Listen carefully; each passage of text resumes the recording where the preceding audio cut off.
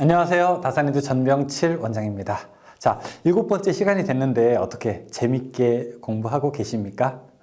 원래 공부라는 게 어렵기는 한데 그래도 여러분께서 낯설고 그 다음에 쉽지 않은 자격증이에요. 전기기능사 여러분 결코 쉽지 않은 겁니다. 제가 보기에 기능사 중에서 탑5 안에 들 거예요. 난이도로만 치자면. 아무튼 이런 공부를 시작하신 것에 저는 무조건 지지와 격려를 하는 입장입니다. 자, 그리고 이 교재 구성 제가 처음에 말씀드렸다시피 본문이 있고 그 다음에 문제가 있는데 문제가 유사하지만 최근에 기출되는 문제들로 아주 잘 구성을 해놨습니다. 그래서 여러분께서 문제가 조금 많기는 하더라도 다 여러분들에게 도움이 되는 내용들이기 때문에 꼭 문제 한 번씩은 다 읽어보시고 설령 잘 안 풀리는 문제가 있다 하더라도 너무 개의치 마시고 우리가 한 번만 강의 듣는 게 아니라 2번, 3번 충분히 이렇게 들을 수 있도록 제가 가급적 내용 시간은 조금 줄이고 그 다음에 문제 시간은 조금 많이 할애를 했으니까 여러분께서 그렇게 학습을 하시면 좋을 것 같습니다.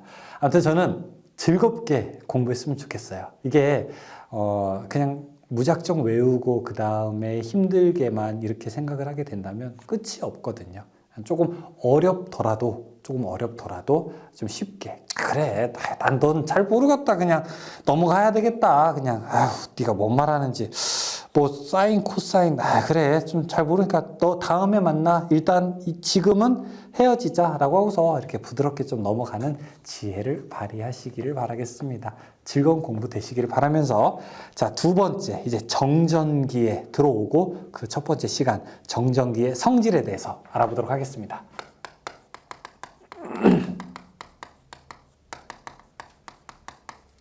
이제 정전기예요. 그렇죠? 정전기라고 하는 것은 정전기, 멈춰져 있는 전기예요. 전기가 멈춰져 있으면요. 그걸 정전기라고 하게 되고요. 전기가 움직이면 그걸 우리가 움직일 동자 써서 동전기라고 하죠. 동전기는 우리가 이제 전류라고 부르게 되는 겁니다. 정전기의 특징을 보게 되면은 멈춰져 있는 전기가 어떤 역할을 하게 되느냐. 결국 무슨 얘기를 할 거면요. 플러스끼리는 서로 밀어내고 플러스 마이너스는 서로 잡아당긴다. 그 얘기를 할 겁니다. 자, 지금 그림에서 보시게 되면은 이 철수가 머리카락에 책받침을 막 비비고 있어요.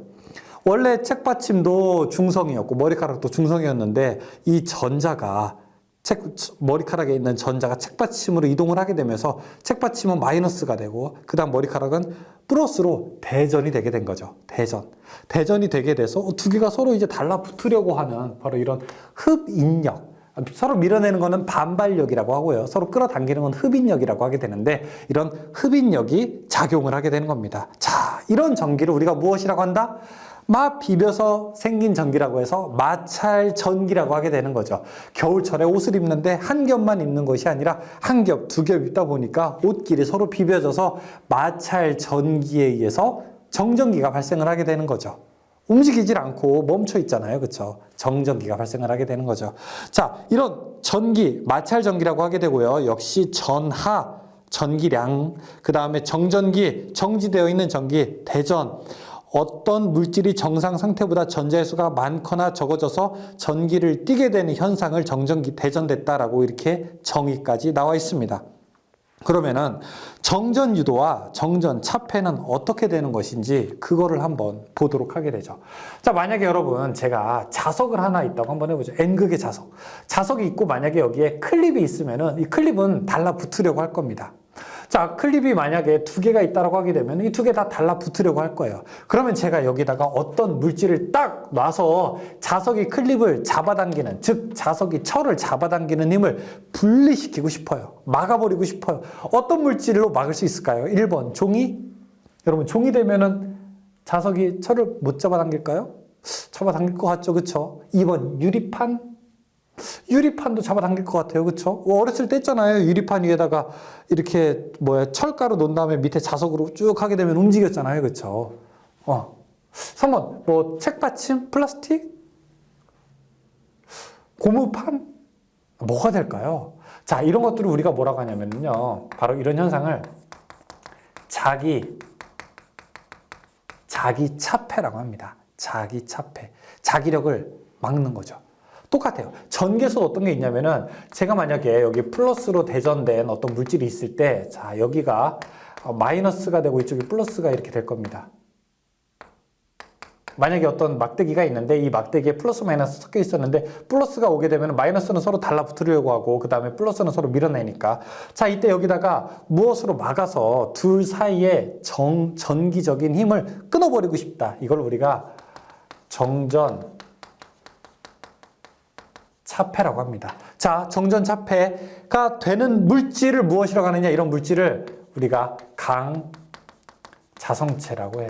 강자성체는 뭐냐면은 자석에다가 가까이 오랫동안 두면 걔도 나중에 자석이 되는 애를 우리가 강자성체라고 이야기를 합니다. 여러분, 왜 우리가 그 자석에다가 드라이버를 오랫동안 붙여놓게 되면 이 드라이버도 나중에 자화되잖아요. 그렇죠? 자석 기능을 가지게 되잖아요. 그걸 우리가 그런 물질을 강자성체라고 하게 됩니다. 어떤 물질이 있느냐? 니, 코, 철, 망. 자, 지금부터 따라 외웁니다. 네 글자. 니, 코, 철, 망. 따라해보세요. 따라해보라니까요. 니, 코, 철, 망. 니, 코, 철, 망. 니켈, 코발트, 철, 망간. 니 코가 철망에 걸렸다. 니 코, 철망. 이 네 가지 물질이 정전 차폐 기능을 가지고 있는 겁니다. 그래서 여러분들이 만약에 이걸 우리가 쉴드라고 이야기를 하게 되는데, 정전기를 막을 수 있게 되는 거죠. 정전기의 힘. 서로 밀어당기고 서로 끌어당기는 힘을 밀어내고 서로 끌어당기는 힘을 막을 수 있는 게 바로 정전 차폐의 원리가 되는 겁니다. 그래서 여러분들, 우리 집에 정전 차폐를 이용한 것들이 여러 가지가 있게 되는데, 왜 통신 케이블 보게 되면은 여러 가지 막 같은 걸로 막 둘러싸여 있는 것도 정전 차폐. 외부 자장에 의해서 내부 통신선의 신호를 보호하게 되는 거죠.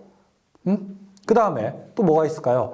여러분, 왜 우리 전자레인지 같은 경우, 전자레인지도 플러스 마이너스 정전, 그러니까 플러스 마이너스 그 안에서 극성의 변화가 있게 되는 거죠. 전자기장이 움직이게 되는 건데, 그 전자기장을 막기 위해서 앞에 우리가 요리가 되는 것을 보는 게 유리판이잖아요. 그렇죠? 근데 그 유리에 보게 되면 철망으로 이렇게 돼 있어요. 막혀 있어요. 그것도 정전 차폐가 일종이죠.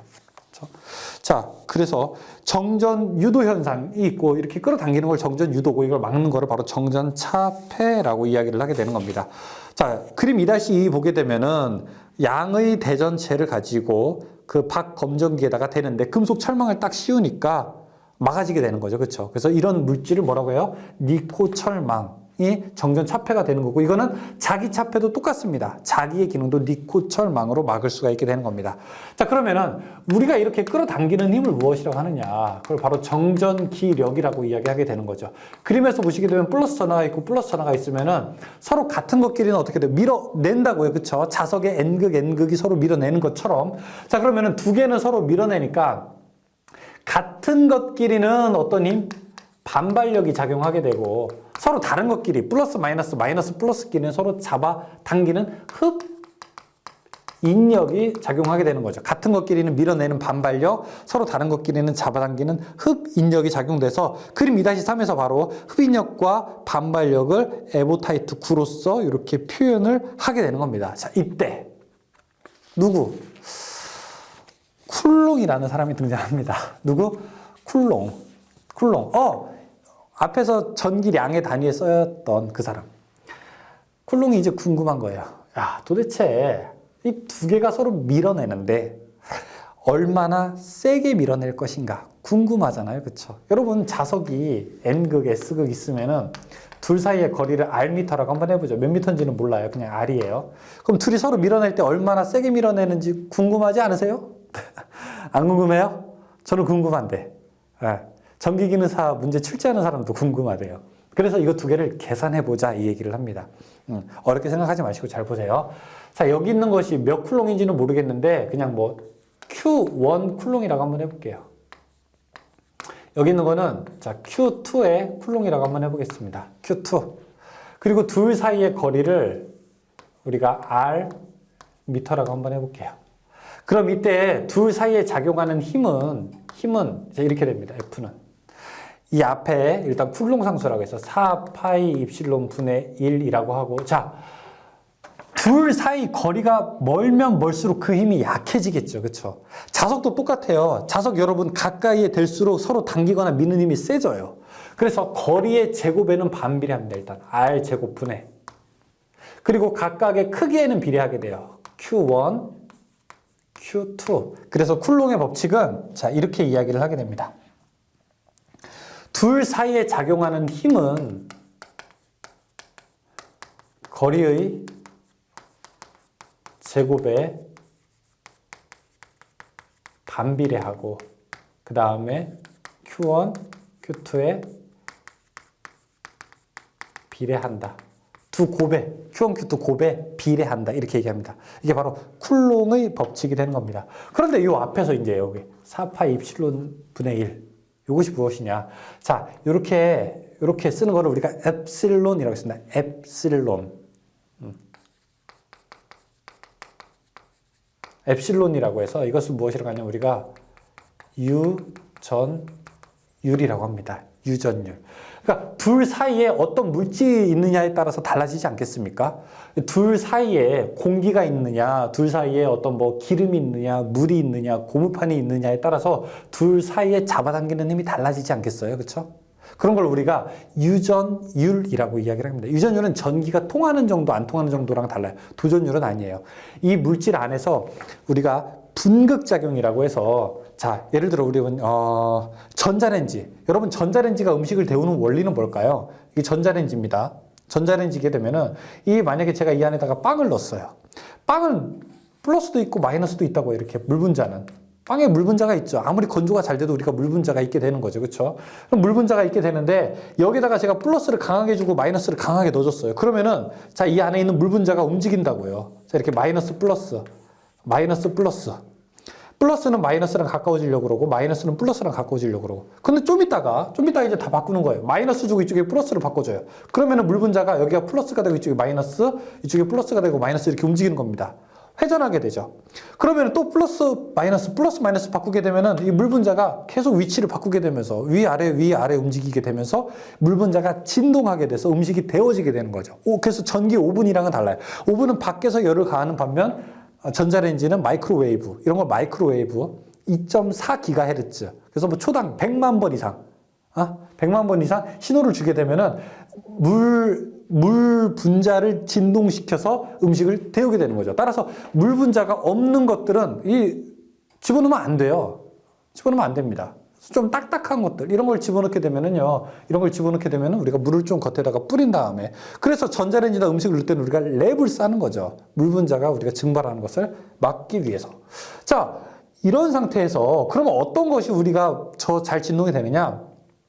플러스랑 마이너스를 서로 양쪽에서 잡아당기잖아요. 그렇죠? 잡아당기면 스프링처럼 양쪽에서 잡아당기는데 얼마나 이 분자가 잘 잡아당겨지느냐, 플러스랑 마이너스가 얼마나 잘 서로 분리가 되느냐, 이런 걸 우리가 분극이라고 합니다. 분극. 이 분극 작용의 힘을 우리가 유전율이라고 이야기를 하게 됩니다. 그냥 이 정도까지만 일단 기억을 해두시죠. 유전율은 뭐냐면은 분극 작용이 잘 되는 정도를 가지고 이야기를 하게 되는 겁니다. 유전율은 진공의 유전율 곱하기 비유전율이라고 해서, 자, 이 입실론 제로를 진공의 유전율이라고 그러고 이거를 우리가 비유전율이라고 해요. 자, 어려운데 조금만 더 갈게요. 자, 입실론 제로는 얼마냐? 8.855 곱하기 10의 마이너스 12승 패러드 퍼 메타를 진공의 유전율이라고 합니다. 그러니까 우리가 기준을 둬야 될 거 아니에요. 기준 어느 상태? 진공일 때. 여러분들 몸무게 잴 때 기준을 어디다 둬요? 우리가 공기 중일 때를 기준으로 두는 거죠. 그래서 유전율을 계산할 때도 진공 상태일 때 이만큼의 유전율을 우리가 기준으로 합니다. 유전율의 단위는 패러드 퍼 메타입니다. 내 유전자가 FM이다. 이렇게 외우시면 좋아요. 유전자가 FM이다.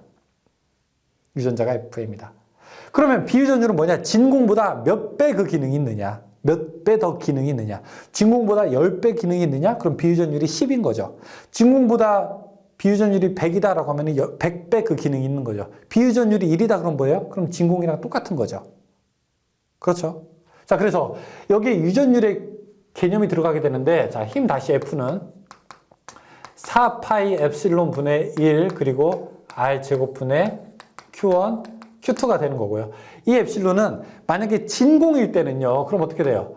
4파이 곱하기 8.855 곱하기 10의 마이너스 12승분의 1 곱하기 R제곱분의 Q1, Q2 이렇게 되겠죠.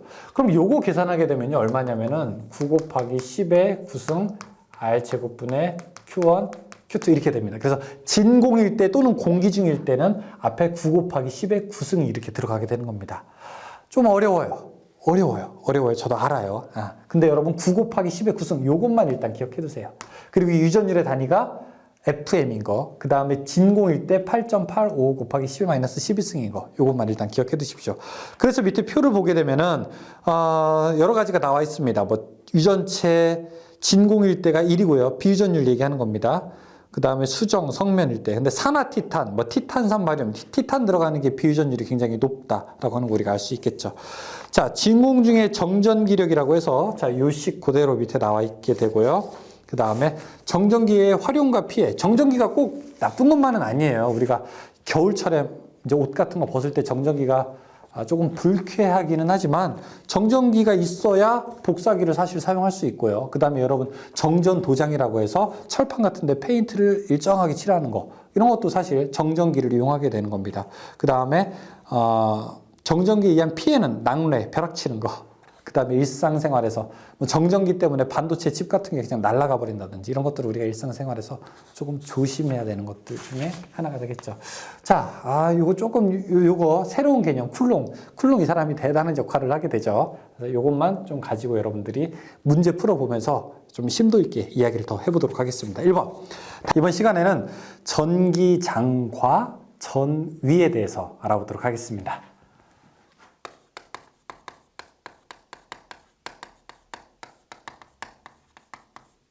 자, 이 내용을 보시게 되면, 앞에 것들을 우리가 조금 기억해 볼 필요가 있어요.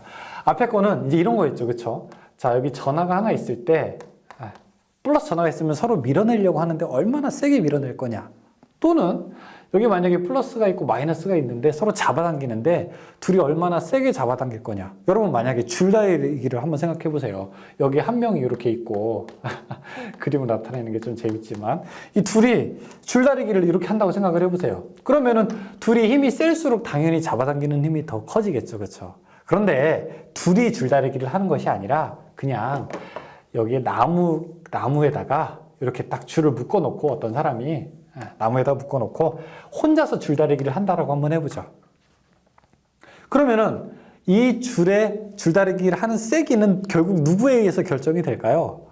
아까 두 개는 내가 힘이 없더라도 상대방이 힘이 세면은 줄을 세게 잡아당길 거 아니에요. 그렇죠? 그런데 이거는 혼자서 내 힘만 결정되는 거죠. 이런 걸 바로 우리가 뭐라고 하냐면은 전기장의 세기다, 이렇게도 이야기할 수 있어요. 전기장, 이거는 운동장, 그런 장, 필드를 이야기하는 겁니다. 그래서 전기의 힘이 미치는 공간을 우리가 전기장이라고 하는 겁니다. 줄여서 우리가 전장이라고도 해요. 자기장, 자기의 힘이 미치는 공간, 자기장. 그걸 줄여서 자장이라고도 하고요. 전기장의 세기, 전장의 세기, 똑같은 말입니다. 자, 지금 밑에를 한번 보시죠. 전기장의 세기, 전기장 내에 있는 전하에는 전기장에 의한 힘이 작용하는데 이 힘의 크기와 방향을 표시한 것을 바로 전기장의 세기라고 이제 이야기하는 겁니다. 즉, 아까 힘 F는 이 앞장에서 4파이 입실론 분의 1, 그 다음에 R 제곱분의 Q1하고 Q2였죠. 그쵸? 두 개가 서로 밀고 잡아당기는 거. 근데 지금은 여기를 기둥이라고 놓고 얘를 하나, 기준이라고, 얘를 Q1이라고 해볼게요. 그러면 여기는 그냥 계산 하나만 하죠. 그냥 이렇게. 그쵸? 전기장의 세기. 이렇게 계산할 수 있습니다. 그러니까 이걸 우리가 무엇이라고 하느냐. 이걸 우리가 전기장의 세기라고 하고요. 단위는 조금 바뀌어요. 그럼 볼트 퍼 메타가 돼요. 아까는 뉴턴이었잖아요. 그쵸? 볼트 퍼 메타. 1m당 몇 볼트의 힘이 미치는가라고 하는 겁니다. 이제 우리가 겨울이 되면 난로를 켜게 되죠. 만약에 여러분 집이 난로를 만약에 켠다. 이렇게 동그란 난로를 만약에 켜게 되면은 이 난로 주변에 열이 방사형으로 뻗칠 겁니다. 즉, 난로가 만약에 가장 따뜻한 곳은 만약에 뭐라고 할까요? 얼마라고 할까요? 한 50도 정도 된다라고 하면은 이 난로의 열은 이렇게 방사형으로 이렇게 뻗쳐나갈 겁니다. 그쵸? 그러면 여기에 있는 열의 세기와 여기에 있는 열의 세기, 이 A점과 B점, 누가 더 따뜻할까요? 당연히 가까이에 있을수록 더 따뜻하게 되는 거죠. 자, 이쪽으로 가게 되면은 조금 더 덜 따뜻하게 될 겁니다. 그래서 만약에 1m 멀어질 때마다 온도가 한 2도씩 떨어진다. 그렇게 이야기할 수 있겠죠. 그러면 이때 온도의 세기는 2도씨 퍼 메타가 되는 거죠. 1m당 한 2도씨 정도씩 이렇게 내려간다라고 이야기할 수 있는 거죠. 그 식을 이렇게도 우리가 쓸 수 있게 되는 겁니다. 아무튼 개념은 그렇다는 거. 여기에 플러스 전하 하나가 있다면은 이 플러스 전하로부터 멀어지면 멀어질수록 그 힘은 더 약해지게 될 거다. 그걸 1m당 단위로 나눈 것을 1m당 세기로 나눈 것을 우리가 전기장의 세기라고 하게 되고 식은 2-5처럼 나타낸다라고 이야기를 하고 있습니다. 자, 그 밑에 전기력 선이라고 있어요. 즉 플러스랑 마이너스에서는 플러스, 마이너스에서는 우리 눈에 보이지는 않지만 서로 어떤 선이 이렇게 움직이게 되는 겁니다. 즉 예전에 여러분께서 자석 N극, S극을 놓고 유리판 얹은 다음에 철가루를 탁 뿌렸을 때 마치 실제 우리 눈에 보이지는 않지만 가상의 선들이 이렇게 만들어지는 것들을 본 적이 있죠. 이런 선들을 우리가 무엇이라고 하냐면 바로 자기력 선이라고 이야기를 했습니다. 그래서 전기도 마찬가지로 전하가 있으면 그 주변에 가상의 선들이 이렇게 나와 있어요. 그걸 우리가 전기력 선이라고 이제 나타냅니다. 물론 우리 눈에 보이지는 않아요. 그렇죠? 그런데 전기력 선은 어떻게 되냐면은 그 그림 밑에 A부터 F까지 보죠. A, 정전하, 플러스에서는 밖으로 나가고요. B, 마이너스는 가운데 들어오고요. C, 정부, 플러스랑 마이너스가 있게 되면 플러스에서 마이너스로 가게 되고요. 그 다음에 D, 두 개가 똑같을 때에는 플러스일 때는 서로 밀어내는 힘이 발생을 하게 되는 거고요. 그 다음에 E, 크기가 다를 때에는 큰 쪽에 작은 거를 잡아먹는 모양으로 이제 만들어지게 되고요. F, 평행할 때도 이제 그림이 나와 있게 됩니다. 그래서 전기력선의 성질을 한번 보게 되면은 전기력선은 첫 번째 양전하에서 나와서 음전하로 들어간다. 플러스에서 마이너스로 간다. 그렇죠? 두 번째, 두 전기력선은 서로 교차하지 않는다. 이 두 전기력선은 서로 이렇게 크로스되지 않아요. 플러스에서 마이너스로 갈 때 서로 이렇게 크로스되는 게 없습니다. 교차하지 않아요. 세 번째, 전기력선의 접선 방향은 그 점에서의 전기장의 방향과 일치를 하게 된다. 이 방향이 일치하게 된다. 뭐 그런 내용이고요. 4번에 전기력선은 등 전이면과 직교한다. 이게 무슨 말이냐면은 여러분 우리 산에 가면 지도에 등고선이라고 하는 게 있어요. 예를 들어 산이 있다. 그러면은 자 이런 것들 있죠. 이런 것도 뭐예요? 이거 등고선이라고 해서 등고, 높이가 같은 것끼리 이어놓는 선이죠. 그럼 여기가 조금 좀 이렇게 산이 완만한 거고 여기는 좀 어떻게 돼요? 조금 급한 거죠, 그렇죠? 급한 거죠. 등고선을 보면 우리가 높이를 알 수 있게 되죠. 뭐 지도를 보고 등온선, 온도가 같은 것끼리 모아놓은 선. 지금 뭐냐면요, 등전위면이에요. 그러니까 여기 전하가 하나 있다라고 하면은 이렇게 방사형으로 전기력선이 만들어진다고요. 밖으로 뻗쳐나간다고요. 근데 전위가 같은 것끼리, 이렇게 전위가 같은 것끼리 선을 긋게 되면은 이런 형태로 된다고요. 이렇게 구 모양으로. 그러면 전기력선과 등전위면과는 어떻게 된다? 이렇게 직각으로 교차하게 된다. 이걸 우리가 직교한다라고 이야기하게 됩니다. 직교한다. 5번, 전기력선의 밀도는 그 점에서의 전기장의 세기를 나타낸다. 자석도 여기가 밀도가 높죠. 자기력선의 밀도가 높죠. 그래서 여기 양쪽 끝이 자기장의 세기가 큰 거죠. 전기력선도 마찬가지입니다. 전기력선도 여기가 밀도가 높은 곳이 세게 되는 거죠. 그래서 밀도가 높다라고 하는 것은 곧 전기장의 세기가 세다라고 하는 것과 같게 되는 거죠. 6번에 전기력선은 도체의 표면에 수직으로 출입하며 도체 내부에는 전기력선이 없다. 자, 밑줄. 펜 준비하시고 도체 내부에는 전기력선이 없다. 밑줄. 도체 내부에는 전기력선이 없다. 그래서 여러분들이 번개 치는 날에는 반드시 자동차 안에 있어야 되겠죠. 도체 안에는, 도체이잖아요. 그렇죠? 도체 안에는 전기력선이 없기 때문에 가장 안전하게 되는 겁니다. 도체 내부에는 전기력선이 없다. 자, 이러한 걸 가지고 밑에 그림을 한번 보죠. 전기장의 세기와 전기력선의 관계 그림을 한번 보시게 되면은 왼쪽에 있는 그림은 이거 똑같은 면적, 똑같은 종이 같은데 이 몇 가닥이에요? 하나, 둘, 셋, 넷, 다섯, 여섯, 일곱, 여덟, 아홉, 열, 열하나, 한 14가닥 정도 전기력선이 14개가 있고요. 오른쪽은 한 6개 정도 좀 별로 없어요. 그렇죠? 그러면은 똑같은 면적이라고 하면은 전기력선의 개수가 더 많은 것이 전기장의 세기가 더 세다고 할 수 있죠. 그렇죠? 그래서 왼쪽을 우리가 강전기장이라고 하고 오른쪽은 좀 약하니까 약전기장이라고 그렇게 이름을 붙인 것입니다. 즉 전기력선의 세기, 전기력선의 세기는 전기장의 전기력선의 수와 관계가 있고, 자, 전기장의 세기를 E라고 하게 되면은 이거는 면적 분해의 전기력선의 세기가 전기력선의 가닥수가 몇 가닥이냐를 가지고 우리가 계산을 할 수가 있게 되는 거고, 자, 이때 볼트 퍼 메타가 되는 겁니다. 단위는요. 단위는 볼트 퍼 메타. 전기력선의 개수가 많으면은 전기장의 세기가 어떻게 된다? 더 세다. 이걸 우리가 기억할 필요가 있죠. 자, 그 밑에 이제 가우스의 정리가 있죠.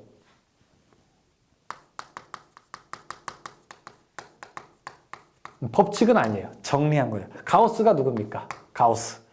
가우스 아세요? 위대한 수학자. 독일의 위대한 수학자죠. 하도 수학적인 부분에 이룬 업적이 많아가지고 이루 다 말할 수가 없습니다. 뭐 아주 그냥 몇 살, 5살, 6살 때부터 아버지가 옆에서 계산하는데 아버지 그 계산 틀렸는데요. 이렇게 얘기를 했대요. 예. 가우스가 9살인가요? 10살인가요? 이때 아주 재밌는 사건이 발생을 하게 되죠. 수학적으로 아주 한 획을 긋는 사건이 발생을 하게 됩니다. 이제 선생님이 애들을 조금 조용히 시킬 목적으로, 선생님이 시간을 조금 확보하려고, 자유시간을 확보할 목적으로 애들한테 야, 1부터 100까지 더해봐. 이렇게 딱 질문을 내죠. 애들이 시끄러우니까. 선생님 자유시간 갖고 싶으니까. 한참 걸릴 거 아니에요. 그렇죠? 애들이 1부터 100까지 더하는 게 이거 어떻게 쉽습니까? 그랬더니 가우스가 딱 5분 만에 선생님 5050입니다. 딱 이야기하죠. 뭐야? 어떻게 알았어? 어떻게 계산했어? 가우스가 얘기하죠. 1 더하기 2 더하기 3 더하기 쭉쭉쭉 하면 98 더하기 99 더하기 100 이렇게 쭉 나열을 할 수 있지 않습니까? 이때 1이랑 100이랑 더하면 101이 될 것이고 2랑 99랑 더하면 101이 될 것이고 3이랑 98이 더하면 101이 된다. 이것이 총 몇 번? 50번 반복하기 때문에 101이 50번 반복하게 되면은 그러면 이게 5050이다 라고 하는 얘기를 가우스가 9살인가 10살 때 딱 이야기하게 됩니다. 하도 이 푸는 방법이 신기해서 이것은 나중에 등차 수열의 계산의 원리로 적용이 되게 되는 수학적으로 아주 위대한 업적을 남기게 되죠. 걔가 바로 가우스예요. 걔래요. 죄송합니다. 그분이 바로 가우스입니다. 가우스가 바로 이제 전개도 이제 한 획을 남긴 거예요. 그럼 무슨 얘기냐? 자, 여기에 만약에 1쿨롱의 전기량이 있다. 그럼 1쿨롱에서 전기력선이 이렇게 막 나갈 거 아니에요. 그렇죠? 그러면은 전기력선이 몇 가닥이나 나갈까? 자, 이것을 이제 궁금했습니다. 전기력선이 몇 가닥이 나갈까요? 우리 눈에 보이지는 않죠. 여러분, 우리가 조명을 이렇게 봤을 때 조명에서도 광속이 나온다고 해서 조명에서도 이렇게 빛의 가닥이 나온다고 우리가 이야기를 합니다. 그럼 빛이 몇 가닥이 나올까요? 이때 가우스가 이제 이야기를 합니다. 폐곡면에서 나오는 것이 뭐 임의 평면을 다 합치게 되면 전체 나온 것과 같게 되는데, 중요한 거 여기서 계산하는 거는 가닥수를 계산할 때는 이 주변을 이룬 물질에 따라서 다르다. 예를 들어 여러분들이 자석에서도 자기력선이 나오잖아요. 그럼 그걸 공기에다가 놨을 때랑 물에다 넣었을 때랑 기름에다 넣었을 때랑 진공에다 넣었을 때랑 고무로 덮었을 때랑 거기서 나오는 가닥이 다를 것이다. 즉, 이 주변을 구성하는 물질에 따라서 다른데 그 구성하는 물질의 어떤 능력, 유전율, 엡실론에 따라서 다를 것이다 라고 하는 이야기를 하게 되고, 그것을 우리가 정리하게 돼서 가우스의 정리라고 합니다. 즉, 가닥수는 Q를 엡실론으로 나눈 것과 같다고 이야기하죠. 만약에 진공일 때는 어떻게 돼요? 진공일 때는요, Q를 어떻게 돼요? 진공의 유전율로 이렇게 나누게 되는 거죠. 진공의 유전율로 나누게 되는 것을 우리가 가우스의 정리라고 이야기를 하게 됩니다. 가우스의 정리. 이 정도만 그냥 일단 볼게요. 다음에 두 번째, 전속과 전속 밀도. 자, 이제 가닥수를 그러면 1쿨롱에서 나오는 전기력선 개수 하게 되면요, 1 나누기 8.855 곱하기 10의 마이너스 12승 계산해야 된단 말이에요. 근데 이렇게 하지 말고, 자, 그럼 1쿨롱에서 몇 가닥 나오는 게 뭐가 그냥 중요하냐. 그냥 1쿨롱에서 한 가닥 나온다고 하자. 그걸 바로 전속이라고 합니다. 전속. 빛은 광속이라고 해요. 1쿨롱에서 한 가닥 나오고 그냥 10쿨롱에서는 10가닥 나온다고 그냥 하자. 뭐 몇십만 가닥 나오는 게 어쩌라고 그래서. 그러니까 그냥 1쿨롱에서 한 가닥 나온다고 하자라고 하는 걸 우리가 전속이라고 합니다. 전속은 그러니까 전기력선이나 사실은 똑같아요. 그렇죠? 그래서 전속의 성질을 보시게 되면 전속은 양전하에서 나와서 음전하에서 끝난다. 그렇죠? 전속이 나오는 곳 또는 끝나는 곳은 전속과 같은 전하가 있다. Q쿨롱의 전하에서 Q개의 전속이 나온다. 전속은 도체에 출입하는 경우 그 표면에 수직이 된다. 뭐 이야기되고 그 밑에 전속 밀도라고 하는 것도 나오게 됩니다. 그 밑에 점전하에서 나오는 전속 밀도는 자 전속 D라고 해서 이걸 전속 밀도라고 하는데 전속 밀도는 엡실론하고 E라고 하는데 E가 전기장의 세기죠. 전기장의 세기에다가 그다음에 유전율을 곱한 것과 같다라고 이렇게 이야기합니다. 그러면은 이 전기장의 세기 E는 어떻게 됩니까? 전속 밀도를 뭘로 나눈 거예요? 엡실론으로 나눈 것과 같게 되죠. 전속 밀도이기 때문에 그 전기량의 밀도를 나타내는 것을 이건 쿨롱 퍼 제곱미터로 이렇게 표기를 하게 됩니다. 그 밑에 전위, 한 점에서 단위 전하가 가지는 전기적인 위치 에너지를 전위라고 이제 부르게 되는 거고요. V는 전기장의 세기에다가 거리를 곱하게 된 것과 같고, 원래 전기장의 세기가 뭐예요? E가 단위가 볼트 퍼 메타지 않습니까? 그럼 이 R, 거리를, 미터를 계산하기 때문에 두 개를 곱하게 되면은 그냥 단위는 볼트만 남게 되는 거죠. 그래서 전위도 계산하는 방법이 있게 됩니다. 자, 이것만 알고 문제를 한번 몇 개 풀어 볼게요.